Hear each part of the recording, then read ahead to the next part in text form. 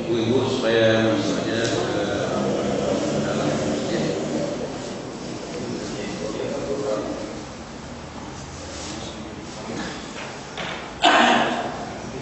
Assalamualaikum warahmatullahi wabarakatuh. Alhamdulillahirabbil alamin wa bihi nasta'in ala umuri dunya waddin. Wassalatu wassalamu ala asyrafil anbiya'i wal mursalin wa ala alihi wa ashabihi ajma'in. Pertama-tama sekali marilah kita mengucapkan puji syukur kepada Allah Subhanahu wa taala yang senantiasa mencurahkan rahmat karunia dan hidayahnya kepada kita sehingga kita dapat hadir bersama-sama dalam rangka mengikuti pengajian kita pada malam hari ini. Tak lupa juga selawat, merangkaikan salam kita hadiahkan ke hadirat junjungan kita Nabi besar Muhammad sallallahu alaihi wasallam. Semoga dengan mengikuti sunnah-sunnahnya dan banyaknya kita berselawat kepadanya, termasuk telah kita golongan yang mendapatkan syafaatnya di kemudian hari kelak nanti. Bapak-bapak, ibu-ibu jamaah pengajian rahimakumullah, pada malam hari ini sembari kita beriktikaf di masjid ini, marilah sama-sama kita mendengarkan pengajian yang akan disampaikan oleh Bapak Ustaz Abdul Latif Khan yang berjudul Muqaddimah Sirah An-Nabawiyah. Pada Ustaz kami persilakan dengan segala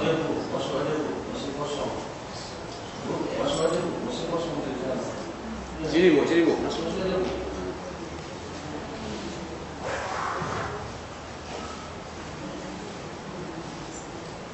Bismillahirrahmanirrahim. Assalamualaikum warahmatullahi wabarakatuh. Alhamdulillahirabbil alamin. Wassalatu wassalamu ala asyrafil anbiya'i wal mursalin wa ala alihi wa sahbihi ajma'in. Qala Allah fil Qur'an, a'udzu billahi as-sami'il 'alim minasy syaithanir rajim. Bismillahirrahmanirrahim. Laqad kana lakum fi Rasulillahi uswatun hasanah.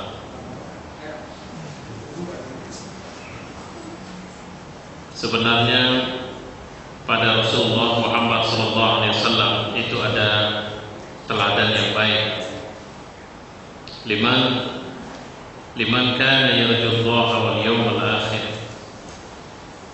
Siapa yang bisa menjadikan itu teladan adalah mereka yang yarjullah, berharap kepada Allah, beriman kepada hari akhir, wa dzakarallaha katsiran, dan mereka banyak mengingat Allah. Shadaqallah wa shadaqa rasuluhu wa ba'd. Saya seingat saya di pengajian yang terakhir berjanji bahwa jadwal dengan saya akan saya selang-selingi dengan kajian Sirah Nabawiyah. Ini sehubungan dengan insyaallah ada satu kelompok anak muda yang juga meminta kepada saya. Mereka menyebut mereka adalah Majelis Cinta Rasulullah, yang meminta untuk mengkaji sirah bersama saya, dan alhamdulillah saya sudah siapkan bahan-bahan itu. Dan saya merasa ini juga penting untuk kita kaji, karena salah satu yang membuat kita semakin menjauh dari agama belakangan ini adalah hilangnya faham kita terhadap Rasulullah adalah teladan dalam hidup kita. Kenapa bisa hilang? Jawabannya pertama, salah satu musibah akhir zaman itu adalah pada wafatnya orang alim. Ya, jadi tahun 2014 saja itu mencatat para ulama-ulama besar yang meninggal cukup banyak dalam skala internasional. Di tahun 2015 juga kita tidak satu dua ulama-ulama, yang kita maksud ulama ini adalah ulama Rabbani, ulama yang ibarat ikan di dalam laut, dia tidak asin karena sebab airnya. Ketika dia menjadi politisi, dia tidak kehilangan agamanya. Ketika dia menjadi pengusaha, dia tidak kehilangan agamanya. Ketika dia menjadi orang terkenal, ya dia tidak kehilangan agamanya. Itu yang saya maksud dengan ibarat ikan di laut, dia tidak asin karena sebab lingkungannya. Yang terakhir kita mendengar wafatnya Nek Abdul Aziz misalnya. Terus terang, kalau saya tidak salah, sepanjang umur saya, inilah ulama yang terbanyak orang yang menguburkan jenazahnya atau mensolatkan jenazah. Kalau lihat live TV Kelantan, kemudian foto-foto yang dikirim di grup majelis taklim yang saya kelola di WhatsApp, hitungannya bukan ribuan itu. Saya pikir sudah ratusan ribu atau mungkin wallahu alam jutaan orang yang mensolatkan jenazahnya. Dan itu nggak bisa pakai promosi iklan baliho di mana-mana bahwa telah meninggal, mari hadiri beramai-ramai. Nggak laku itu yang kayak gitu. Kecenderungan orang datang sebahagian, dan saya cenderung mengatakan bahwa sangat kecil orang yang datang itu tujuannya ria, karena nggak ada gunanya ke situ. Misalnya politisi datang mungkin dalam rangka menunjukkan bahwa dia berempati, tapi mayoritasnya itu kedatangannya adalah lillahi ta'ala, karena cinta kepada ulama. Dan itu nggak bisa diganti. Kalau saya selalu mengatakan bahwa meninggalnya satu ulama adalah meninggalnya sebuah tertutupnya sebuah library. Ya, jadi wafat seorang ulama, dikuncilah pustaka ya, nggak ada lagi yang bisa buka, karena kuncinya dia bawa, gemboknya dia tinggal untuk menutup itu. Sehingga saya seringkali kalau di depan anak-anak juga seperti itu. Ribuan buku Buya ini kalau sempat Buya meninggal dunia, maka khawatir sekali kalau kemudian ini nggak ada gunanya, ini hanya hiasan dinding saja. Jadi itu bahayanya di situ. Kenapa? Karena semangat saya membaca, semangat saya menekuni ilmu, semoga Allah mengabulkan doa saya. Tapi saya belum lihat, karena mungkin anak-anak saya masih kecil-kecil. Ya. Tapi coba kalau mereka tidak mewarisi tradisi yang saya, alhamdulillah Allah kasih karunia sama saya, aku yakin akan jadi hiasan dinding saja. Paling kalimatnya dulu ayah kami, dulu buya kami, dulu orang tua kami. Saya pernah datang ke rumah seorang nenek yang rumahnya itu banyak sekali buku. Saya tanya, ini buku siapa? Oh, ini buku ayah bapak dulu waktu masih hidup. Ada yang baca sekarang? Tak ada lagi. Nah itu dia. Jadi meninggalnya ulama, tertutupnya sebuah pustaka, walaupun bukunya masih ada. Tidak dia bawa mati bukunya, tapi ilmunya yang dia bawa mati. Ya. Wafatnya Rasulullah itu adalah awal fitnah. Ya. Bahkan dia merupakan tanda dari tanda kiamat. Karena pasca wafatnya Rasulullah, kita kesulitan untuk bisa menyatukan diri kita di bawah sebuah kepemimpinan yang akhirnya menyebabkan umat Islam bisa konsentrasi bersaudara dengan baik di situ. Kenapa kita sekarang penting? Karena ada beberapa kaidah yang harus kita pelajari. Kenapa mempelajari sirah nabawiyah itu penting? Kalau kita hanya mempelajari hadis tapi tidak mempelajari sirah nabawiyah, itu kering sekali nanti penerimaan kita terhadap hadis. Seorang kemarin bertanya kepada saya tentang isbal. Isbal itu memanjangkan bagi laki-laki celana di bawah mata kaki. Bagaimana menurut pandangan Ustaz? Saya menjawab, saya pernah mencari dan lebih dari 90 hadis saya temukan semuanya sahih yang menolak isbal. Tapi kesimpulan yang saya dapatkan bukan mengatakan bahwa memendekkan celana di atas mata kaki adalah wajib hukumnya, tidak demikian. Jadi istinbat hukum yang diambil malah dia merupakan sebuah kesunahan yang dianjurkan amat sangat kepada kita. Kapan? All of the time. Jadi bukan cuma waktu sholat saja celana itu diangkat-angkatkan kalau memang mau. Kalau memang mau menjalankan sunnah itu di luar sholat. Tapi jangan lupa itu bukan perintah wajib. Maka jangan biarkan setan menggiring kita untuk hanya menghabiskan energi besar kita untuk mendiskusikan persoalan yang bukan persoalan utamanya umat Islam. Karena kadang-kadang setan di situ berusaha katanya, oh, ini sunnah yang sudah ditinggalkan, harus kita hidupkan lagi. Nah itu dia. Saya kemarin berpikir mau menghafaz Quran, konsentrasi khusus. Alhamdulillah, saya sudah biasa membaca Quran sehari 2 juz. Muncul pikiran saya kurangi sajalah 1 juz dulu. Yang sisanya saya pakai untuk waktu membaca Quran. Ada seorang ustaz teman saya bilang apa? Jangan ustaz. Kenapa? Itu setan itu. Loh, kenapa setan? Iya, dia suruh antum kurangi untuk ngapal Quran. Nanti Qurannya tak terapal, sementara bacanya udah berkurang. Iya pula saya pikir. Jadi dengan kesibukan sekarang antum sudah bisa baca begitu, udah teruskan. Nanti Allah kasih karunia kalau memang antum mau menghafaz, nggak sulit itu. Jadi bagaimana cara kita menghidupkan supaya kita bisa menghafaz Quran? Nah, kemarin saya memposting sebuah, ya Allah, luar biasa, 65 tahun tidak pernah ketinggalan sholat berjamaah. 65, bukan usianya 65, 65 tahun dia sudah lakoni itu. Saya pikir kalau badan sehat, kaki tidak pernah kena rematik, nggak ada asam urat, saya pikir nggak sulit untuk jalan. Ini orang yang 65 tahun tidak pernah tinggal ini adalah orang yang lumpuh kakinya dan pergi ke masjid dengan menggunakan kedua tangannya. Nah itu yang saya bilang 65 tahun itu. Syekh Ahmad Yasin satu hari baca Quran 3 juz. Dia membaca Al-Quran di atas kursi rodanya dengan tangan yang tidak bisa bergerak, tapi membalik Quran itu dengan mulutnya. 3 juz per hari. Artinya, jangan mengira sehat tubuhmu bisa membuatmu berdaya lebih banyak. Tidak. Hidupkan hatimu, sehatkan rohanimu, karena seorang buta sekalipun jika hatinya sehat, dia bisa menghafaz Quran dengan izin Allah. Tapi orang yang tidak buta belum tentu memiliki kesanggupan atau kemauan. Maka persoalan kita di mana? Yang hilang dari kita adalah hati yang sehat. Itu yang sering saya bilang. Kenapa tidak bisa tahajud setiap malam? Karena kita selalu membuat afiah atas persoalan badan kita, bukan ruh kita. Padahal tahajud setiap malam itu perintah Allah yang dia pasti lebih tahu. Untuk apa itu kita lakukan? Yang sering kita buat apa? Janganlah, capek kali kau. Badan punya hak istirahat. Allah saja bilang, Nabi aja suruh. Besok pagi kau jam 4 sudah harus bangun, berangkat lagi, mau tahajud lagi, kapan bersiap? Artinya apa? Lebih afiah. Afiah itu artinya apa? Memaafkan karena sebab persoalan tubuhmu, bukan persoalan ruhmu.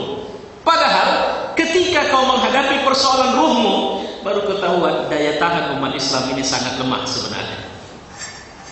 Lihat Ramadan, itu penuh dengan berkah, support Allah cukup tinggi. Daya tahan kita sampai di akhir Ramadan itu tidak banyak.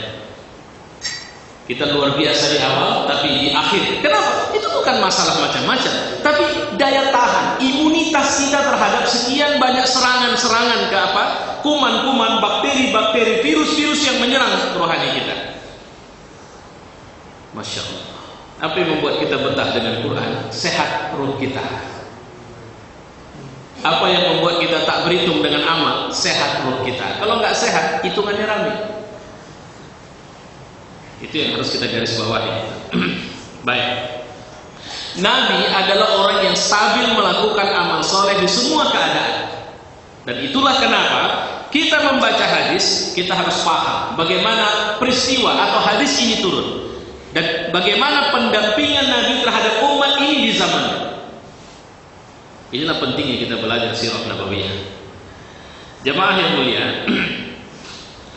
sirah ini ini materinya ada. Saya mohon maaf, tadi saya terlupa membawa untuk bisa kita lihat. Dan insya Allah nanti saya akan siapa ya, ingatkan lagi, kemarin saya kirimkan emailnya aja. Nanti apa nih? Sirah itu secara lugah artinya adalah jalan, keadaan atau tingkah laku yang dinisbatkan kepada manusia atau selainnya. Itu sirah. Biografi kalau bahasa kita. Tapi biografi Nabi itu berbeda. Biografi Nabi yang kita malu cerita, Nabi cerita. Maaf cakap bagaimana dia berhubungan suami istri, bagaimana dia mandi, bagaimana dia buang air, nyampe beritanya sama kita. Coba carikan sama saya biografi seorang pemimpin besar di Indonesia ini, atau cari di toko buku sana, bagaimana dia dengan istrinya. Dan semua orang kalau membuat biografinya selalu bicara baik menurut prasangkanya tentang dirinya.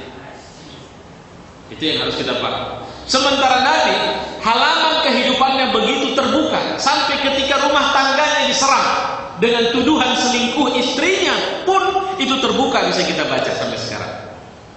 Karena dia adalah teladan sama kita. Makanya biografi Nabi ini salah satu marja. Marja itu artinya apa? Rujukan dalam kita berperilaku.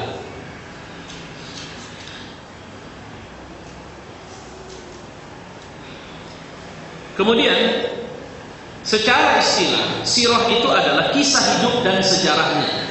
Jika disebutkan seorang membaca buku sirahnya si fulan, maksudnya dia sedang membaca sejarah hidupnya. Jadi sirah nabawiyah itu artinya saya sedang membaca atau saya sedang mempelajari pelajaran tentang kisah hidup seorang Muhammad yang dia itu adalah Nabi Allah. Apa pernik semua itu akan saya pelajari. Sirah Nabawiyah adalah kumpulan hal-hal yang sampai kepada kita, baik itu peristiwa atau kejadian dalam kehidupan Nabi, budi pekertinya, sifat fisiknya, serta hal yang berkaitan dengan perang dan ekspedisinya. Jadi semuanya. Sampai bagaimana Nabi tersenyum, itu bahagian dari sirah Nabawiyah. Jadi tabiatnya, perilakunya, tindakannya sebagai apa? Sebagai hamba Allah yang mengabdi kepada Allah, sebagai hamba Allah yang menjadi suami di rumah istri-istrinya, sebagai hamba Allah yang menjadi orang tua bagi anaknya. Satu hari dia pernah bilang sama anaknya, walau bapak kalian ini Nabi, jangan kalian pikir aku bisa selamatkan kalian dari api neraka Allah. Selamatkan diri kalian wahai Fatimah. Walaupun suami kalian ini Nabi, jangan terus kalian berlindung di balik jabatan suamimu sebagai Nabi. Jangan kau pikir surga aman untukmu gara-gara suamimu Nabi. Kira-kira begitu kalau pakai bahasa kita. Selamatkan diri kalian, karena surga dan neraka bukan karena siapa yang bersamamu, tapi apa yang kau lakukan karena Allah. Itu yang harus kita garis bawahi. Dan ini kita pelajari dari sirah Nabi. Ketika dia memegang 1/5 dari harta negara, 1/5 itu pun dia gunakan lebih banyak untuk kebutuhan masyarakat. Sampai-sampai istrinya bilang, lebih sering tidak ada yang kami masak di rumah dan kami minum air dingin saja, dan atau kami minum susu kiriman tetangga kami. Selebihnya kami biasa berpuasa. Itu siapa? Itu pejabat utusan Allah Subhanahu wa Ta'ala. Ini yang harus kita garis bawahi. Yang mau kita ambil adalah sikap batinnya menyikapi dunia ini. Apa dia tidak diberikan kekayaan? Allah tawarkan itu gunung Uhud jadi emas semua untuk dia, tapi dia tidak mau. Saya seringkali mengilustrasikannya begini. Kalau ibu ada masak makanan, ternyata ibu tidak punya manajemen atau tidak punya kiat bagaimana memasak yang efektif dan efisien. Artinya berapa jumlah orang makan disesuaikan, sehingga seringkali berlebih, dan karena berlebih malas pula ngasih sama orang, akhirnya nasi itu basi. Kira-kira besok mau nggak ngasih basi itu untuk jadi sarapan? Baunya sudah mau? Kita saja pun tidak mau. Baik, harta yang kita kumpul yang tidak kita manfaatkan itu mirip seperti nasi basi itu nanti di hadapan Allah Subhanahu wa Ta'ala. Jangankan orang lain, kita saja pun tidak mau, karena tidak berguna. Ya. Kemudian keutamaan mempelajari sirah Nabawiyah. Pertama, memahami dan menghayati pribadi Nabi Rasulullah tidak hanya cerdas, namun beliau adalah seorang Rasul, tertanam kuat dalam hatinya akidah. Jadi mempelajarinya, kita bukan cuma kenal hidupnya, tapi kita bisa belajar seperti dia. Kenapa dia tiap malam bangun? Kenapa dia menangis selalu di hadapan Allah? Kalau kalian tahu apa yang aku tahu, kalian akan lebih banyak menangis ketimbang tertawa. Kenapa dia lebih sering tawadhu di hadapan orang banyak, sehingga kepada siapapun dia tidak ada sombongnya. Ketika orang menyapanya, dia akan menerima sapaan itu. Bahkan musuhnya menyapanya, dia akan menerima dengan tenang. Kita bisa belajar kenapa itu. Kenapa Nabi dermawan? Kenapa Nabi jujur? Kenapa Nabi suka memberi? dan bahkan tidak terima sedekah. Dia hanya menerima hadiah. Ya, mengetahui kemuliaan dan kebesaran Rasulullah. Kita bisa belajar dari anak-anak dia bagaimana, sehingga kita serpikan aja, kita buang saja cerita-cerita yang nggak perlu kita dengar. Misalnya nggak nambah, nggak menguatkan kita kali lah kalau ada cerita bahwa Nabi itu kalau jalan di satu jalan, di atas dia dinaungi oleh awan ke sana kemari. Saya pikir nggak penting-penting kali kita yang kayak gitu. Kalaupun kita tahu, udahlah itu kelebihan untuk dia lah itu. Karena menjelaskan hal yang seperti ini lebih menonjol, itu bisa berbahaya sekarang, sehingga orang yang digurukan orang, kalau ada orang punya kemampuan kayak begitu, yang kalau kemana-mana dia bisa apa istilahnya, ada awan dampingi dia, luar biasa Ustaz itu. Lama tak hujan, begitu dia nyampe kemari hujan turun. Nah, yang kayak gini jadi. Padahal dakwah Nabi itu tidak di sini. Dakwah Nabi itu adalah kesibukannya dalam hari-harinya datang ke semua orang. Pernah nggak kita duduk lihat anak muda yang bergitar-gitar, kita duduk di sampingnya? Apa respon mereka? Pernah kita nyapa orang-orang yang nyabu? Ketika dia nyabu sembunyi-sembunyi kita datang. Apa yang kalian kerjakan? Apa rupanya kenikmatan yang bisa kalian dapatkan? Kalau boleh kalian bisa menceritakan bahwa lebih nikmat yang kalian buat daripada sholat yang aku kerjakan, percayalah, aku bersaksi bahwa aku berhenti sholat, aku akan ikut nyabu sama kalian. Coba ceritakan enaknya. Bisa nggak kita sudah bisa berdakwah dengan menjadikan sholat sebagai taruhannya sama orang seperti ini? Ini artinya apa? Sehingga mereka bilang, wah kalau gini kita tenang. Wah kalau cuma tenang saja, saya bisa dapat dari ibadah saya kepada Allah. Mau nggak kalian aku kasih sabu yang jauh lebih canggih dari itu? Kalau pakai bahasa mereka lah kira-kira gitu. Ya, kalau cuma sekedar pil penenang itu. Sementara Ibnu Qayyim al-Jauziyah mengatakan, bersama kita ada sebuah kekayaan yang kalau saja para raja-raja itu tahu, mereka rampas dari kita. Lihatlah bagaimana mereka mencoba merampas kekayaan itu dari Masyitah. Mereka tidak tahu caranya, sehingga mereka membunuh Masyitah. Itu yang harus kita pahami. Ketiga, agar kita mendapat gambaran tipe ideal mencakup seluruh kehidupan, bahwa Muhammad SAW atau ini kalau kita sedang menghadapi masalah begini bagaimana? Kenapa Nabi itu kalau ada masalah sholatnya dikuatkan? Ada apa rupanya dengan sholat? Kenapa Nabi menganjurkan rumah kita diisi dengan Al-Quran dan sholat? Kenapa Nabi marah sekali dengan tradisi-tradisi? Saya bersyukur ini, karena kalau gunung batu cuma ada di Arab. Kalau sempat di Indonesia habis itu diasah orang jadi batu akik sekali. Ya, syukurnya di sana. Jadi kenapa saya sampaikan ini? Artinya penyembahan kepada batu pun tidak berlaku lagi di sana. Ya. Membantu kita juga untuk bisa memahami kitabullah. Ini tujuan kita mempelajari sirah.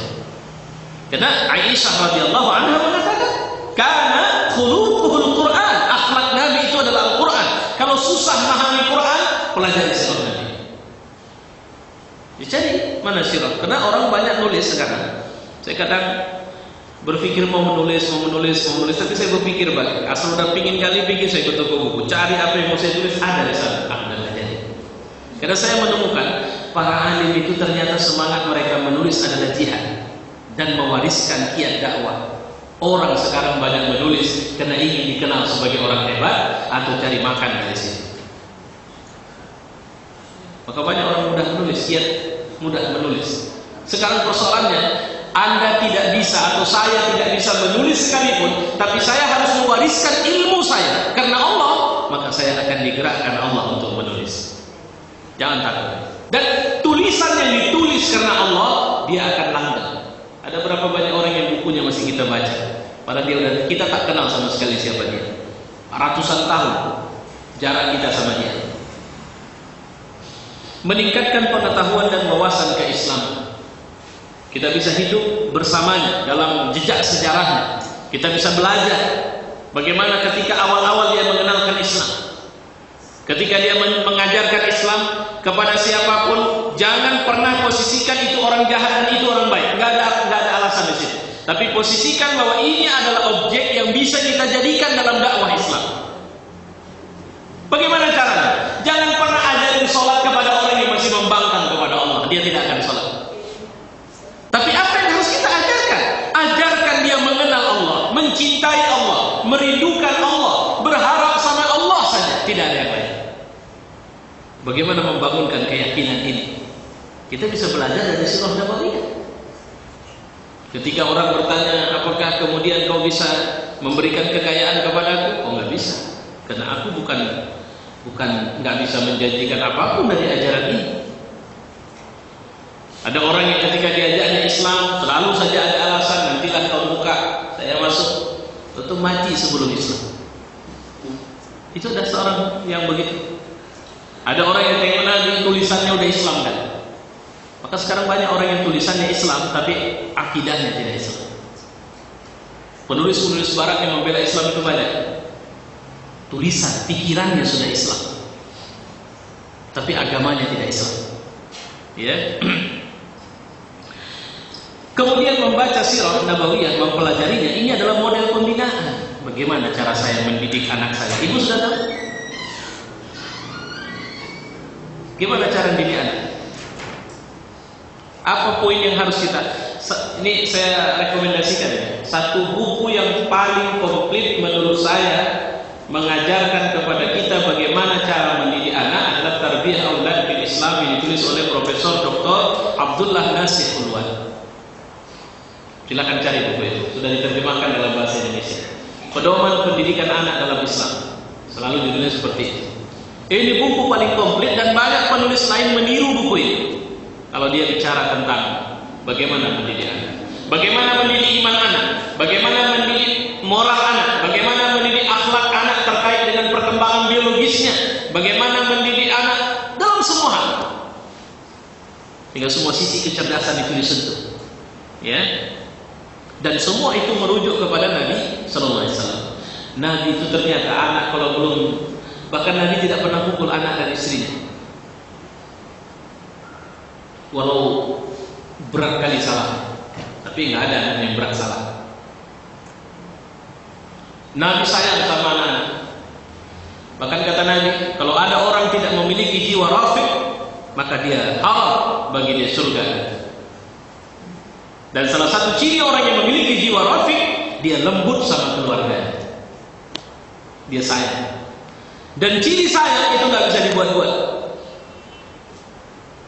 Tidak ada bisa sekedar pencitraan lantas dibuat, wah dia sayang anak, gendong anak, nggak bisa. Ya. Meningkatkan cinta kita kepada Rasulullah. Dari Anas radhiyallahu anhu, "Mata sa'ah ya Rasulullah? Ma'adatta laha." Apa itu kapan kiamat ya Rasul? Apa yang kau sudah siapkan? Kata Nabi. Ma'adattu laha min katsiril salah wala shaum wala sadaqah walakinni uhibbu Allah wa rasulah. Aku enggak banyak persiapan, bukan salat, bukan puasa, bukan sedekah, tapi persiapanku adalah cintaku sama Allah dan Rasul. Maka Nabi mengatakan, anta ma'a man ahbabta. Nanti kau akan bersama yang kau cintai. Tuh cinta tak bisa ngomong begitu. Cinta bukan kerja mulut. Cinta itu datang dari hati. Yang pastilah dia tidak akan menciderai, menyakiti, membuat murka yang dia cinta. Pastilah dia akan berusaha menunjukkan bahwa dia cinta. Pastilah dia akan selalu hadir di suasana-suasana cinta. Kalau dia mencintai Allah, dia akan hadir pada suasana yang Allah suka. Dia akan berbuat yang Allah suka. Bagaimana kita bilang kita cinta Allah, tapi kita tidak sholat, atau kita melambatkan sholat, kita tidak baca Qur'annya, kita tidak bermajlis di majlis yang dia ridhai? Bagaimana kita bisa bilang kita mencintai Allah? Ya, baik. Makanya harum kali itu sirah nabawiyah. Cuma hati-hati, banyak sirah juga sekarang kena semangat orang nulis. Saya kemarin ada beli ensiklopedia sirah, saya lupa judulnya. Saya pulangkan buku itu. Sudah saya bayar separuh. Saya bilang sama yang datang, yang ya apa namanya, yang agentnya itu bukan orang, dia orang dari Jawa, tapi yang ngutip orang Kristen. Yang jadi masalah bukan yang ngutip orang Kristen, tapi isi bukunya amburadul. Saya bilang kayaknya yang menulis buku ini semangatnya jualan, sampaikan itu sama penerbit sana. Saya tidak salahkan model cetakan kalian. Yang saya salahkan sebenarnya adalah kenapa kalian cetak buku orang yang seperti ini. Salahnya banyak kalau saya lihat di buku itu. Salah satu yang paling fatal, lupa berapa bulan orang dikandung baru lahir biasanya. Nah, kalau Nabi katanya 40 bulan. Itu paling fatal itu. Tapi banyak lagi paling fatal, buatlah kesalahan. Tapi kesalahannya nggak nyambung saya kira. 9 mungkin bisa buat 90 harusnya. Ini 9 kok lari jadi 40 bulan. Terus kemudian banyak berita-berita khurafat dimasukkan dalam buku ensiklopedia yang berjilid-jilid itu. Terakhir saya ada satu sirah lagi yang saya beli kemarin, begitu juga. Saya pikir ya Allah, inilah repotnya ini. Kita harus hati-hati membaca atau mempelajari, karena apalagi sekarang penerbit semua orang bisa terbitkan buku asal mau. Ya, padahal makanya sekarang paling ringkas sirah yang kita baca Al-Mubarak itunya, atau yang ditulis oleh Profesor Dr. Ahmad Salabi, karena dia memang pakar sejarah itu. Dan beberapa nanti kalau ada yang mau beli, mau tanya, saya siap untuk merekomendasikan siapa pengarang yang layak kita baca bukunya. Apa semangat kita membaca? Kalau semangat kita untuk menjadi aktivis dakwah, ada satu buku yang sekarang susah nyarinya, judulnya Ar-Rasul. Itu ditulis oleh Said Hawa, ya, seorang ulama dari Syria. Baik. Apalagi keuntungannya? Memberi kenikmatan ruhiyah bagi mukmin. Jadi membaca sirah Nabi seperti kita sedang berhalaqah di madrasahnya Nabi SAW. Ya. Apalagi merasakan perjuangan beliau. Sahabat sudah tidur di Badar, dia masih bangun dan terus berdoa kepada Allah. Ketika Hunain atau perang Khandaq terjadi, apa yang dilakukan Nabi adalah dialah orang yang paling keras bekerja. Ketika batu tidak bisa dipecahkan, dia yang bisa memecahkannya dengan izin Allah. Ketika para sahabat lapar semua, dia yang paling lapar. Nah, ini pelajaran-pelajaran yang bisa kita pelajari. Kemudian mengembalikan ruhul jihad. Karena kan jihad sudah ditakut-takutin. Orang kalau bicara benar, jika itu orang-orang benar, maka dia akan difitnah habis-habisan. Tipikal pemimpin menjilat. Orang yang taat kepada Allah dikucilkan. Ya, itu yang terjadi. Bagaimana cara kita memunculkan semangat ini kembali? Baca sirah Nabawiyah. Baca saja. Ya, mengetahui jalan kemuliaan, sebab kemenangan dan kekalahan. Jumlah makin banyak, Allah tidak garansi menang. Dalam perang apa ya? Perang Hunain sama perang Uhud. Apalagi? Kenapa umat Islam bercerai-berai? Rata-rata kerajaan Islam sebab tumbang hubbud dunia mulai datang. Cinta kepada dunia mulai datang. Makanya ini ada tanda-tanda masalah di negeri kita. Sedekahlah, kau akan kaya. Siapa yang bilang sedekah itu bisa kaya? Yang benar, sedekah itu bisa memberikan kelimpahan rezeki dari Allah. Rezeki itu bukan cerita duit saja. Itu yang harus kita garis bawahi. Berzikir supaya sehat, memang iya. Tapi kenapa harus sehat fisik? Makanya Allah mengatakan, udah urusanku itu, kira-kira begitu, ya. Islam ini menegaskan, karena kalau cuma sekedar mau sehat, aku garansilah, kerjakan saja karena aku kasih itu sama kalian. Ya, ini catatan. Memahami manhaj perubahan individu dan kolektif. Bahwa apa dalam membina, membesarkan orang dengan Islam, Nabi mendidik orang itu satu persatu. Bagaimana Nabi mendidik anak muda supaya dia bisa iffah, menahan dirinya. Bagaimana Nabi mendidik seorang istri untuk taat kepada suaminya. Bagaimana Nabi mendidik seorang pengemis untuk berubah menjadi pekerja keras. Pernah nggak kita mempelajari itu? Dan kita hanya tahu itu dari sirah Nabawiyah.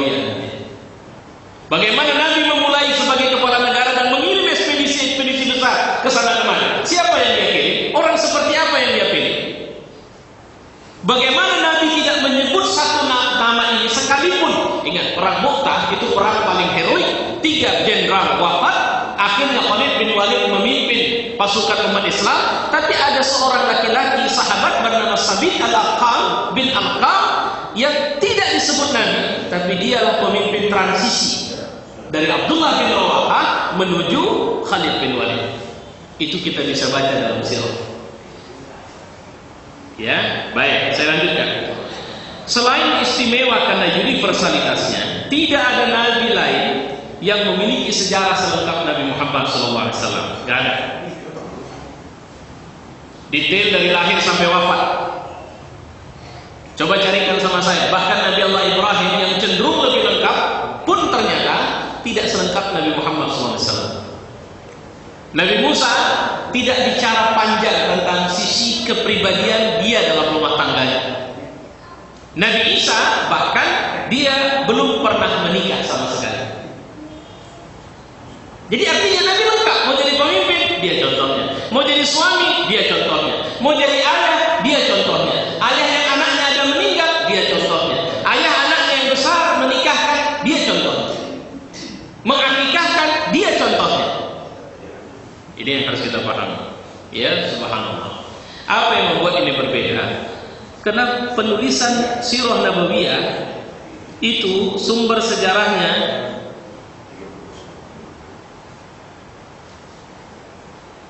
cukup lengkap. Pertama, yang menjadi sumber sirah nabawiyah adalah Al-Quran. Itu nomor 1. Yang kedua, yang menjadi sumber sejarah sirah nabawiyah itu adalah As-Sunnah, hadis-hadis Nabi SAW. Baru syair-syair. Salah satunya Barzanji, rawi. Itu sumber sirah, tapi harus diperhatikan. Karena kalau sudah syair, dia pendekatannya cenderung tidak apa istilahnya, tidak peduli keabsahan. Tiga contoh pada malam kelahiran Nabi SAW, maka datanglah ruhnya Asiyah dan Maryam. Gak pernah Nabi sebut-sebut itu. Bahkan dia tidak menceritakan bahwa pada malam kelahiranku runtuhlah segala berhala di sekeliling Ka'bah. Enggak ada. Padamlah api Majusi. Enggak. Tapi maksudnya adalah isyarat dari lahirnya seorang tokoh tauhid di tengah-tengah kita. Karena kalau padam api Majusi pasti itu berita besar dan dituliskan. Nah ini yang kalau kita cara memahaminya begitu. Dan dituliskan dalam riwayat perkembangan kerajaan Persia. Tidak ada ceritanya. Ya. Kemudian yang patut juga kita perhatikan, banyak kitab dalam bahasa Indonesia yang ditulis oleh Syekh Abdul Rahman Al-Mubarakpuri. Ini adalah dengan judul Sirah Nabawiyah. Ini banyak, ini penerbitnya pun udah rame. Yang kedua, Fikih Sirah yang ditulis oleh Syekh Muhammad Al-Ghazali. Udah susah nyarinya. Ini seorang ulama hadis meninggal di Madinah dan dia tokoh Ikhwanul Muslimin. Jadi kalau kita tanya cari Fikih Sirah udah banyak dapat karena tokoh Ikhwan itu buku-bukunya sudah mulai ditarik pelan-pelan. Jadi pemerintah kita nggak bilang ditarik, tapi pelan-pelan dia mulai menghilangkan. Apalagi nama Syekh Qutb. Coba cari buku-buku dia udah banyak dapat. Ya, bukan tidak ada, tapi bukan udah semakin sulit.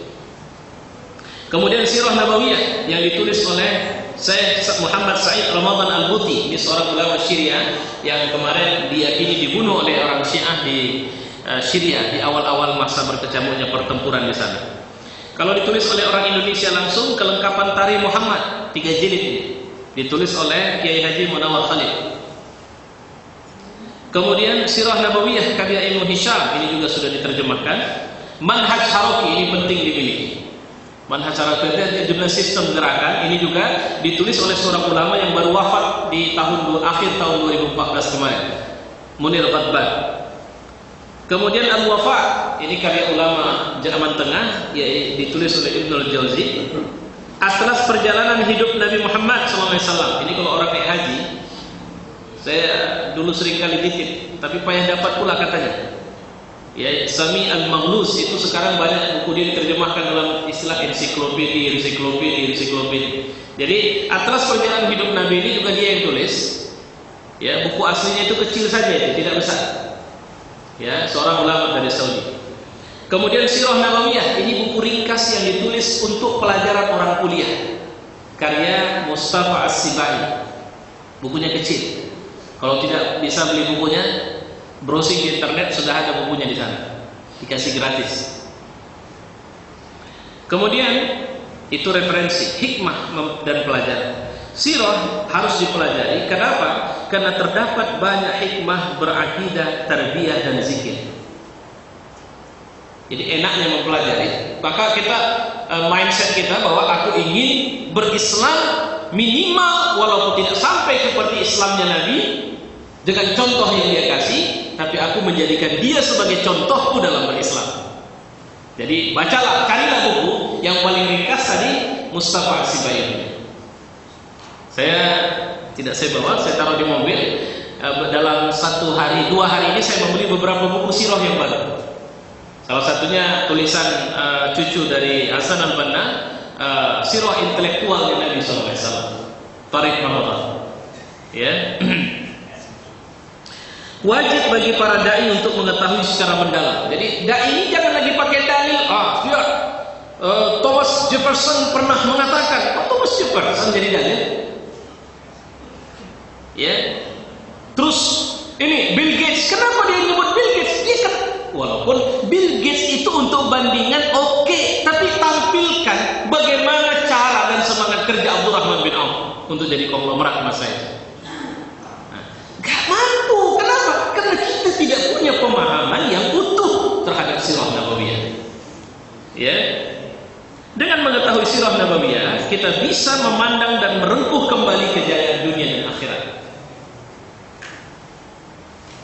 Oke, baik, saya kira ini muqaddimah. Kenapa kita penting belajar sirah? Karena kita harus belajar bagaimana berislam yang benar, bagaimana berbicara yang benar, bagaimana berbuat yang benar, bagaimana beribadah yang benar, dan semuanya karena Allah Subhanahu wa taala. Dan Nabi adalah tokoh yang sukses ila akhir, happy ending. Jadi kalau film, ini filmnya happy ending. Tuntas 23 tahun selesai. Oke, wallahu a'lam bishawab. Wassalamualaikum warahmatullahi wabarakatuh. Silakan. Iya. Kan waktu Nabi lahir kan sudah meninggal. Iya. Apakah contoh yang kita bisa pelajari tentang berbakti ke orang tua? Karena memang cuma tinggal ibunya ya, waktu kecil pun Nabi tinggal juga. Iya. Jadi begini, cerita berbakti ini bukan anak-anak yang disuruh. Jangan tuntut anak kecil ini udah jadi anak berbakti di masa ini. Ini dia masih kewajiban kita untuk membentuk dia. Siapa yang masuk anak berbakti? Bapak, saya, kita semuanya. Kalau masih ada orang tua sama kita, bisa nggak kita tunjukkan kita anak berbakti? Jadi dari mana kita mencontoh dia bisa jadi anak berbakti? Dari ketika dia menyikapi orang-orang tua yang datang ke rumah. Saya baru baca 2 sirah, tapi salah satu namanya Hala. Hala ini kalau saya tidak khilaf adalah makciknya Khadijah, istri Nabi yang pertama. Pernah datang ke rumah Nabi, luar biasa perlakuan Nabi sama dia. Sampai-sampai Aisyah bertanya, siapa orang tua itu? Sampai begitu perlakuannya. Apa kata Nabi? Itu adalah makciknya Rasulullah, makcik istri, makcik Khadijah. Ada satu lagi saudara Khadijah juga datang, yang sudah tua, tapi suaranya mirip seperti Khadijah. Jadi yang harus kita pahami terhadap orang tua, kita bisa belajar dari Nabi. Pernah seorang nenek pikun yang minta Nabi singgah ke rumahnya, Nabi singgah. Namanya orang pikun, ceritanya nggak jelas, judul tak nampak. Langsung rep, kadang-kadang udah siap rep, balik lagi judul pertama. Nah, bagaimana sikap dia? Nabi SAW begitu sabarnya menghadapinya. Dia tidak mau meninggikan suara ketika nenek, karena orang makin tua, nggak perlu teriak-teriak kita ngomong sama dia. Lebih tenang, lebih lembut, dia bisa lebih dengar. Jadi anak berbakti itu bukan anak kecil. Tapi anak berbakti itu adalah kita. Wa waladun shalih, kita kalau masih ada orang tua sama kita, tunjukkan bagaimana berbakti. Saya pernah jumpa ada sebuah acara, saya nggak usah bilang siapa, pejabat. Jadi lagi sedang berwibawa betul lah di samping saya, tapi begitu datang telepon langsung angkat, mak. Iya mak, nanti ya mak. Yang saya tangkap, kayaknya kalau nengok beliau ini rahasia pula dia. Inilah rahasia dia berhasilnya ini. Kenapa? Tiba-tiba saya lihat dia hilang wibawa. Itu baru saya jadi ada sebuah acara saya ngisi pengajian di majelis dia. Begitu, wah, nampak orang semua hormat sama dia. Ya. Tapi begitu di samping saya masuk telepon langsung ya, kelihatan seperti seorang anak yang takut sama orang tuanya. Nah, itu contohnya, itu contoh kecil aja ya. Ya. Ada lagi yang ya bentuknya dia selalu sungkem sama orang tuanya. Dia tidak pernah mau duduk di posisi lebih tinggi dari orang tuanya. Nah, itu model-modelnya. Dia tidak pernah mau mengatakan tidak walaupun sebenarnya dia sangat berhak untuk bilang tidak, asal orang tuanya jangan sakit hati. Nah, kita belajar dari sini, dari siapa? Dari Abdurrahman bin Auf, dari Mus'ab bin Umair, dari Rasulullah SAW. Bagaimana sikapnya sangat tenang menghadapi pakciknya yang dia sangat ingin pakciknya masuk Islam, tapi tidak bisa. Sampai jelang wafat, tidak pernah sekalipun kalimat keluar dari mulutnya menceritakan buruknya orang tuanya. Nah ini kalau kita tanya sama siapa kita belajar, Nabi kan udah meninggal kan, kalau itu kajinya kan kita tidak sebenarnya sunnah Nabi yang merupakan marja bagi kita sejak dia diangkat menjadi Nabi dan Rasul. Sebelum dia diangkat menjadi Nabi dan Rasul tidak ada, cuma ada sebagian yang mengatakan bahwa semuanya adalah kebaikan sehingga kita bisa mengambil pelajaran. Tapi setelah dia menjadi Nabi dan Rasul, itu jauh lebih ada penekanan kita harus ambilkan atau jadikan itu pelajaran. Itu contoh. Baik. Ada lagi? Ya. Ini mana duluan? Ibu duluan. Oke. Waalaikumsalam warahmatullahi wabarakatuh. Kak dengar saya? Dengar Bu. Maju. Iya. Hubungan dengan Nabawiya di dalam Al-Quran mengatakan Nabi Rasulullah di Makkah dan Pulau Malawi. Saya sudah belajar dari tahun 75 Ustaz sampai tahun 92 itu di madrasah maupun sekolah umum. Itu ada diceritakan nama-nama yang berhubungan dengan keluarga Nabi. Dan di situ tidak ada nama nenek Nabi dan nama mantan suami Siti Khadijah, istrinya yang pertama. Jadi saya pun tidak ada bertanya waktu itu. Tapi sekarang saya sudah jadi murid dan jadi guru, murid bertanya, Bunda, siapa gitu? Siapa namanya gitu? Siapa nama neneknya dan siapa nama mantan suami Siti Khadijah? Karena tiba-tiba kan dia dikabarkan ibu itu janda. Jadi saya bilang, saya pun nggak ada yang menemukan. Tapi waktu saya tanya sama Ustadz, ada nggak usah saya bilang nama Ustadznya.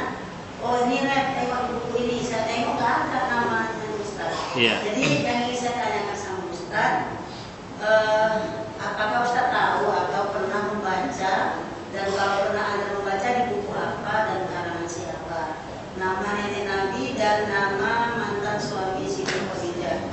Itu aja Ustadz. Assalamualaikum warahmatullahi wabarakatuh. Ada yang tahu? Saya pernah baca sih, cuma lupa aja nih, saya coba cari dulu. Tapi nenek Nabi nggak pernah tahu saya. Belum, nenek yang dimaksudnya kan nenek perempuan ya. Iya. Saya pernah tahu ada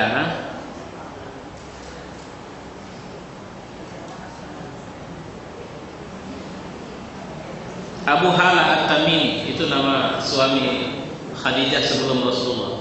Tapi nggak penting itu. Abu Hala At-Tamimi. Saya bilang tapi itu nggak penting. Cuma kadang-kadang ini tadi jangan kita belajar sirah keluar dari tujuan mempelajari sirah, sehingga kita menjadi peneliti sejarah. Ini beda, meneliti sejarah biografi seorang tokoh dengan ini sejarah Nabi. Nah, tapi saya sampaikan bahwa Abu Halah nama At-Tamimi.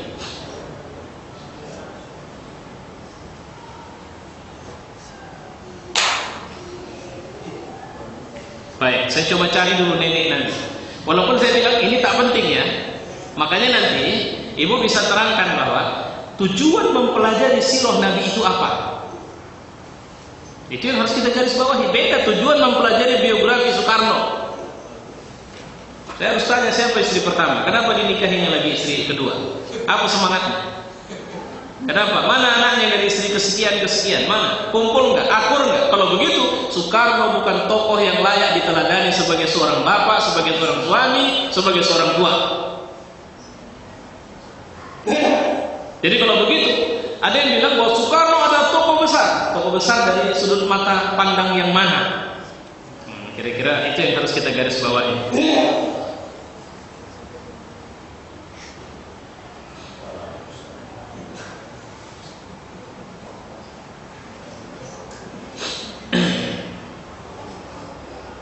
Baik, sepintas sambil saya mencari yang kedua, yang mau bertanya silakan. Assalamualaikum warahmatullahi wabarakatuh. Waalaikumsalam warahmatullahi wabarakatuh. Iya, silakan. Jadi gini Pak Ustaz, saya masih fotokopi buku karangan Imam Ghazali, iya, termasuk juga kan fotokopi. Antum fotokopi? Pada saat itu betul di kebun Pak Ustaz. Oh, Jadi gitu. ada buku mengaji memang Iya. yang kita memang mengakses untuk pembeliannya. Jadi yang pada memang buku fotokopi. Tapi selanjutnya memang ada buku yang warna hijau sudah dipilih Pak Ustaz. Tapi setelah saya search di internet ternyata buku ini ada perlu dan kurang. Pertanyaan saya Pak Ustaz, bagaimana Bagaimana? pendapat Pak Ustaz mengenai buku Ihya Ulumuddin karangan Imam Al-Ghazali? Apakah memang layak menjadi referensi? Oh ya, baik. Atau tidak? Ihya Ulumuddin ini banyak diprotes orang salafiyun, orang-orang yang sekarang ini disebut orang salafi. Kelemahan yang mereka protes cuma satu, bahwa hadis-hadis yang disebut dalam Ihya Ulumuddin adalah hadis-hadis dhaif dan palsu kebanyakannya. Tapi ternyata mereka tidak berdaya, ini saya bilang sekali lagi, mereka tidak berdaya untuk mengkoreksi sistematika yang dibuat oleh Imam Ghazali dalam buku itu, atau matan itu adalah isi buku itu, apakah menyimpang atau tidak? Tidak ada. Cuma mereka tuduh, dan memang iya diakui oleh Imam Ghazali, supaya dipahami itu. Nggak usah mereka tuduh, Imam Ghazali sudah akui bahwa memang aku lemah di hadis. Maka 2 tahun menjelang dia wafat, dia belajar hadis. Tapi belum tuntas, Allah memanggil. Jadi satu-satunya kelemahan Ihya Ulumuddin adalah hadisnya tidak sahih kebanyakan, dan bahkan tidak ada dasarnya. Maka sekarang kalau mau membaca buku Ihya Ulumuddin, cari buku yang sudah ditakhrij atau ditahqiq istilahnya, sudah dijelaskan, sehingga kita selamat dari. Makanya bersamaan dengan Ihya Ulumuddin, karena sebab masalah, nanti coba baca Minhajul Qasidin, itu ditulis oleh Ibnu Qudamah. Ibnu Qudamah menulis buku ini bukan karena dia merasa hebat, tapi dia merasa berhutang sama Imam Al-Ghazali yang menuliskan Ihya Ulumuddin. Maka karena kelemahan buku itu adalah hadis, maka dia buat buku Minhajul Qasidin. Coba kalau yang rajin baca, bandingkan sistematikanya, persis sama. Cuma Ibnu Qudamah meringkas, karena Imam Ghazali dalam Ihya itu ada 2 yang menonjol. Pertama tasawuf, dan kedua filsafat. Jadi ketika dia menjelaskan segala sesuatu itu detail betul itu. Jadi ada penjelasan akal tentang kenapa harus takut sama Allah, itu panjang betul. Yang menurut Ibnu Qudamah itu tidak penting, maka dia ringkas, dia tidak masukkan itu.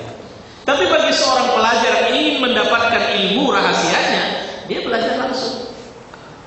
Indah sekali. Gitu. Cuma memang sekarang pun sudah banyak diterjemahkan dalam bahasa Indonesia Ihya Ulumuddin yang sudah ditakhrij. Artinya ditahqiq istilahnya, sudah dijelaskan, oh ini hadisnya tidak diketemukan sumbernya, ini hadisnya lemah, ini hadisnya ini. Nah, itu model-model. Oke, itu Ihya Ulumuddin. Ada yang mau ditanya tadi, seperti mau nanya lagi enggak? Nah, yang kedua, enggak, saya belum jawab satu pertanyaan tadi, semua belum saya jawab kan. Satu lagi Tanbihul Ghafilin kan. Tanbihul Ghafilin ditulis oleh Abu Lais As-Samarqandi, itu memang banyak Israiliyat di dalamnya. Maka Tanbihul Ghafilin, Durratun Nasihin, saya sulit untuk merekomendasikan dibaca. Tapi sekedar sebuah bandingan silahkan. Penyakit-penyakit dalam bicara itu adalah ruwiyah, diriwayatkan, qila, dikatakan, tapi tidak jelas sumbernya, siapa yang meriwayatkan, siapa yang mengatakan. Sehingga berakibat beda sama Ihya Ulumuddin. Kalau Ihya Ulumuddin sistematikanya sudah tidak bisa diganggu. Tapi ruh dari penulisan Tanbihul Ghafilin dan Durratun Nasihin itu ada pada sekian paparan riwayat-riwayat. Contoh, dalam Durratun Nasihin dijelaskan, bulan Ramadan itu siapa yang salat tarawih di malam pertama akan mendapat pahala ini, malam kedua pahala ini, malam ketiga pahala ini, malam. Siapa yang bilang? Cari sumbernya. Terus siapa yang mengatakan la ilaha illallah, maka keluar dari mulutnya 70.000 malaikat. Yang 70.000 malaikat itu masing-masingnya punya 70.000 mulut. Yang 70.000 mulut itu masing-masingnya akan mengucapkan istighfar 70.000 kali kepada orang yang mengucapkan la ilaha illallah, atau berselawat kepada Nabi, atau bla bla bla yang lain. Logikanya nggak bisa terima. Karena agama ini wal akal fala dina liman la aqlala. Agama ini akal dan tidak ada agama bagi orang yang tidak. Sebahagian para ulama masih merekomendasikan untuk memegang buku ini. Saya berhutang pada buku Tanbihul Ghafilin. Kenapa saya bilang saya berhutang? Saya belajar ceramah itu banyak kali sumbernya dari situ. Pertama sekali saya ceramah seumur hidup saya, dan berceramah di depan orang banyak, saya ambil materi tentang ghibah, dan itu saya ambil dari buku itu. Jadi pendekatan-pendekatan riwayat-riwayat yang tidak jelas sumbernya. Ya, dalam perjalanannya saya masih menyimpan buku ini. Ya. Tapi kayak dulu saya paling banyak baca buku Jalaluddin Ahmad. Senang sekali saya. Tapi belakangan, terlepas dari dia itu Syiah, saya menemukan lebih banyak sampah di daur ulang di situ. Walaupun hasil daur ulangnya juga sebenarnya tidak bagus. Kenapa? Sumbernya juga mayoritas sumber yang tidak jelas. Ketika dia bicara tentang riwayat cinta Nabi apa semua, sumber yang tidak kita ketemukan dari sumber yang sahih. Itu contoh. Oke. Terus tadi ada yang kedua? Untuk sebagai referensi juga mengenai hadis dari para ulama ini, apakah ada yang bisa dijelaskan? Apa itu? Kita hadis yang dari Nasruddin Al-Albani. Oh, Nasruddin Al-Albani itu mujaddid. Beliau adalah ahli hadis yang diakui sekarang ini. Walaupun diakui oleh para ulama bahwa ternyata terdapat sedikit kontradiksi dalam penjelasan-penjelasannya. Sehingga ada buku, itu cari buku itu. Hadis-hadis yang disahihkan dan didoifkan oleh Nasruddin Al-Albani. Maksudnya begini, di kitabnya yang satu dibilangnya hadis ini sahih, di kitabnya yang lain dibilangnya hadis ini dhaif. Itu ada yang satu buku itu. Tapi beliau adalah marja atau sumber ataupun rujukan hadis atau pakar hadis sekarang. Tapi beliau sudah tidak ada. Beliau seorang Albania, kemudian hijrah ke Syria. Jadi Syria itu memang dapurnya para ulama itu. Dan beliau meninggal di sana. Dan beliau seorang yang sangat hadir. Ini sayangnya, kalau saya konektornya saya bawa, saya akan tunjukkan bagaimana dia pernah dipuji orang. Karena kehebatannya dalam syair hadis, dalam hadis, dia marah bisa, dia tidak mau. Jadi banyak ulama kita itu kayak begitu. Bukan kenapa dia lantas kemudian merasa enggak. Cuma persoalannya beberapa pandangan dia tentang ahkam tidak populer di kalangan kita. Itu saja masalahnya. Itu kan persoalan perbedaan pendapat. Tapi kemampuannya menelaah hadis sepertinya dia luar biasa. Ya, walaupun ada beberapa ustadz lain, ulama lain yang memiliki kemampuan yang juga cukup mendalam. Sama contoh, mohon maaf saya jadi teringat saya. Insya Allah nanti tanggal 6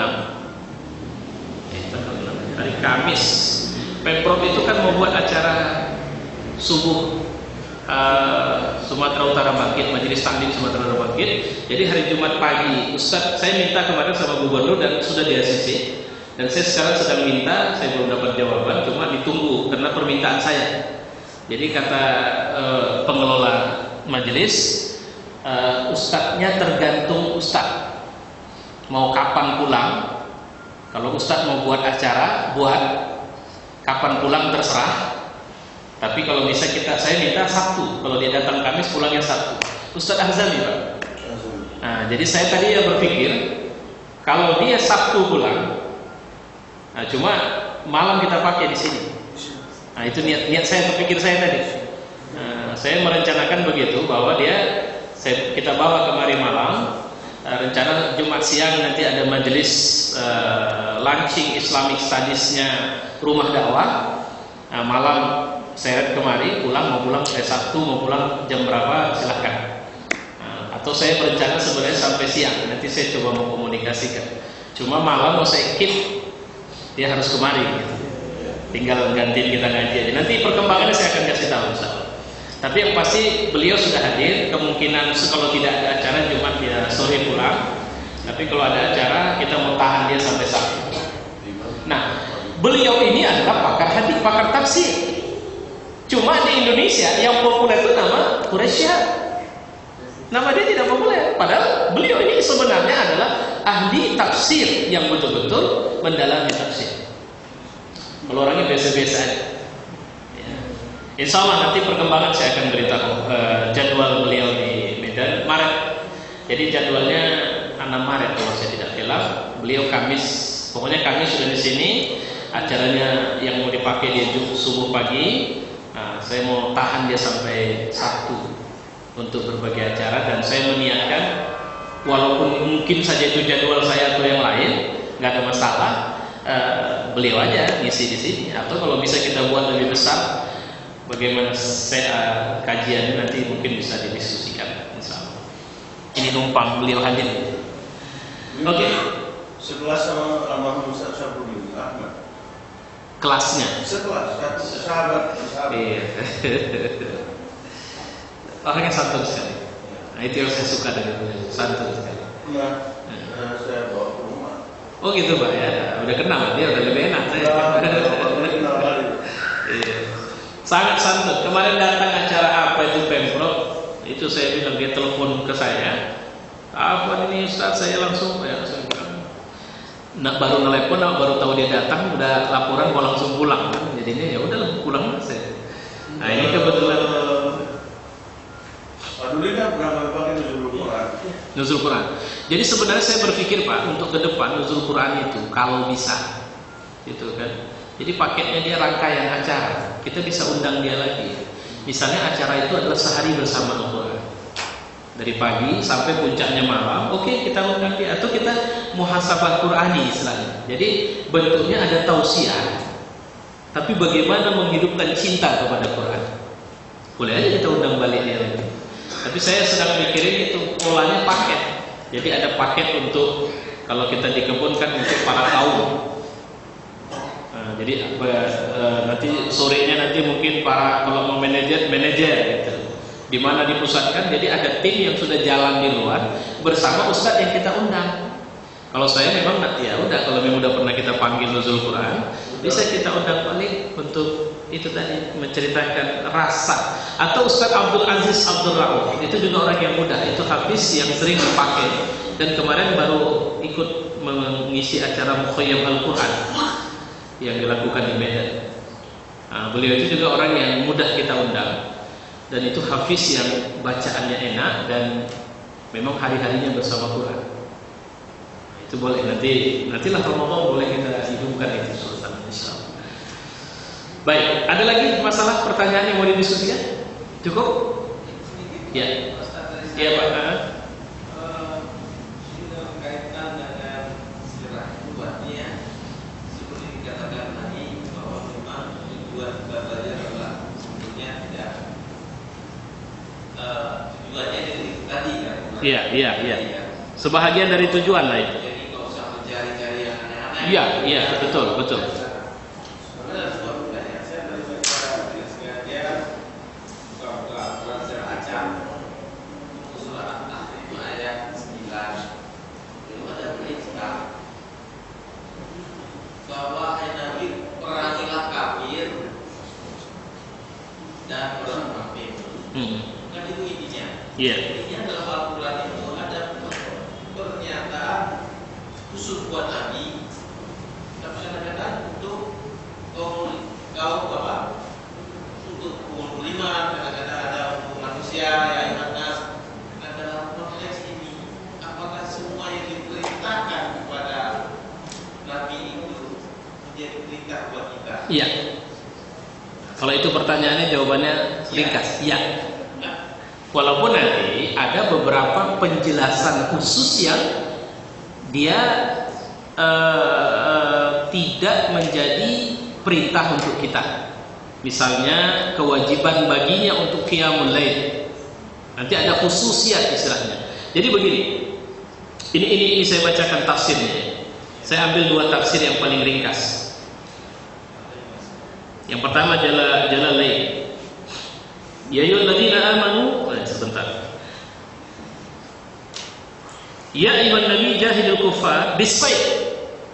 Bis-sayf itu senjata. Jahidul kuffar bis-sayf. Ya, jadi yang namanya jahid bis-sayf. Wal munafiqin bil lisan wal hujjah. Jadi kita merangi orang munafik tidak boleh dengan pedang. Kafir, kenapa kita harus bis-sayf? Ketemu di tafsir Al-Muyassar. Di sini ada kalimat, ya ayyuhan nabi jahidil ladzina azharul kufur. Wahai nabi, perangi mereka yang azharul kufur, yang menyatakan kekufuran, terang-terangan buat kafir. Wa'linu, dan mengkampanyekannya. Nah, itu dia bahasanya, ya. Wa qatalahum bis-sayf, maka perangi mereka dengan pedang. Jadi ada sama dia. Wajahidil ladzina abtalul kufur wa akhfuhu bil hujjah, dan perangi orang yang menyembunyikan kekufurannya dan menunjukkan seakan-akan dia orang benar, ya. Bil hujjah wa iqamatul hudud wa sya'airud din. Jadi orang munafik di sini disebutnya dengan abtanul kufur, orang yang menyembunyikan kekufurannya, maka perangi mereka dengan bil hujjah wa iqamatil hudud. Iqamah itu artinya menegakkan hukum-hukum Allah, dan wasyairuddin, menyebarluaskan agama. Ini kalau menurut tafsir Al-Muyassar. Kemudian saya balik lagi ke tafsir Jalalain. Itu karena sebab kata Imam Jalalain, dua imam ini, bagi mereka itu masuk neraka ay li annahu la yanfa'ukum, karena mereka enggak ada manfaat bagi kalian. Innama tujzauna ma kuntum ta'malun ay jazaa'u. Neraka itu balasan mereka. Nah, pertanyaan, ya ayyuhan nabi, kata-kata ya ayyuhan nabi itu tidak hanya di ayat ini. Ketemu di ayat lain. Nah, kemudian ada nanti ya nisa'in nabi, wahai istri-istri para nabi. Kenapa nisa disebut dengan istri nabi? Ya, karena kalau bahasa istri itu nanti imra'ata, nah itu ada juga istri juga. Tapi kalau bicara istri yang membangkang selalu dipakai dengan imra'ata. Tapi juga tidak. Makanya disinilah butuh tafsir dengan penjelasan lebih mendalam. Nah, cuma posisinya, kenapa ada tekanan ya ayyuhan nabi? Kenapa Allah pakai ya ayyuhan? Karena bahasa jamak kepada seorang nabi bernama Muhammad SAW. Tunjukkan, kau tunjukkan. Di mana letak itu juga beban sama kita? Karena kita wa ma atakumur rasulu fakhuzuhu wa ma nahakum anhu fantahu. Itu kan ayat. Apa yang diajarkan, apa yang dibawakan, apa yang disampaikan Nabi kepadamu, ambil. Dan apa yang ditinggalkannya maka tinggalkan. Itu satu. Kemudian ada lagi ayat, qul in kuntum tuhibbunallaha fattabi'uni. Kata-kata fattabi'uni, ikuti aku, itu artinya yang dibuat Nabi. Ketika tidak ada dalil yang menyatakan jangan karena ini cuma untuk dia. Contoh bahwa tidak apa bagimu menikahi istri-istrimu sekian itu. Dan kau tidak perlu, ini mafhumnya ya, dan tidak perlu menceraikannya, dan ini hanya berlaku untukmu. Ada satu ayat itu yang menjelaskan itu, bahwa dibenarkan bahwa Nabi menikah lebih dan itu hanya khusus untukmu. Nah, itu ada satu penjelasan dalam satu ayat Quran tentang dibenarkan Nabi. Pertanyaannya, apakah Nabi pernah menceraikan istrinya? Ada, bukan tak ada, ada.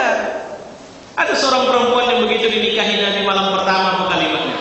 A'udzu billahi minka. Apa kata Nabi? Udah pulang kau semua orang. Kenapa? Bagaimana aku menggauli seorang perempuan yang dia berlindung kepada Allah dariku? Salah ngomong ini perempuan sebenarnya. Terakhir pulangkan Nabi. Cerai.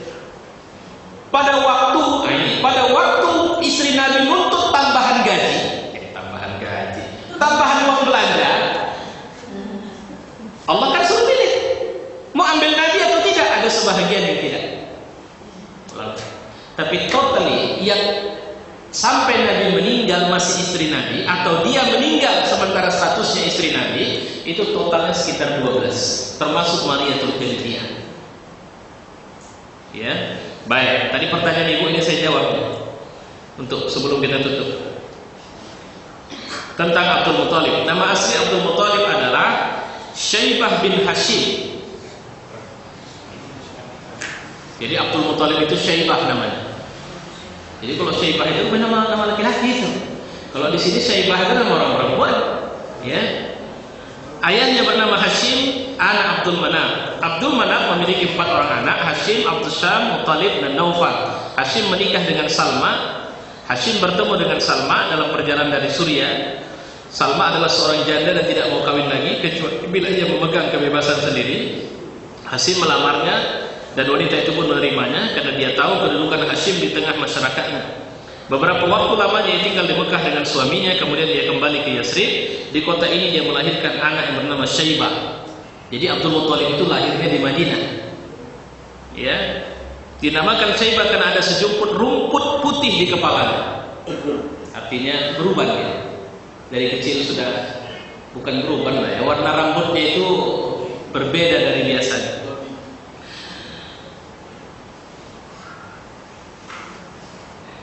Istri-istrinya, pertama adalah Hamzah. Abdul Muthalib memiliki beberapa istri. Inilah beberapa istri. Di sini saya belum dapat ini. Oh, tidak disebutkan namanya, malah nama anak-anaknya dari semua istrinya. Jadi dia tidak punya satu istri, tapi beberapa istri. Anaknya laki-laki Hamzah, Abbas, Abu Thalib, Abu Lahab. Abu Lahab itu pacik Nabi. Ya, kontak, kandung. Repot ini berdakwah kalau pakcik sendiri jadi musuh. Ya. Haris, Zubair, Jahal, Abdul Ka'bah, Qusam, Diram, Ghaidah. Sementara anak perempuannya Sofia, ketika Muslim dia dikenal sebagai ibunya Zubair bin Awwam, Arwa, Atika, Ummul Hakam, Barra, dan Amimah.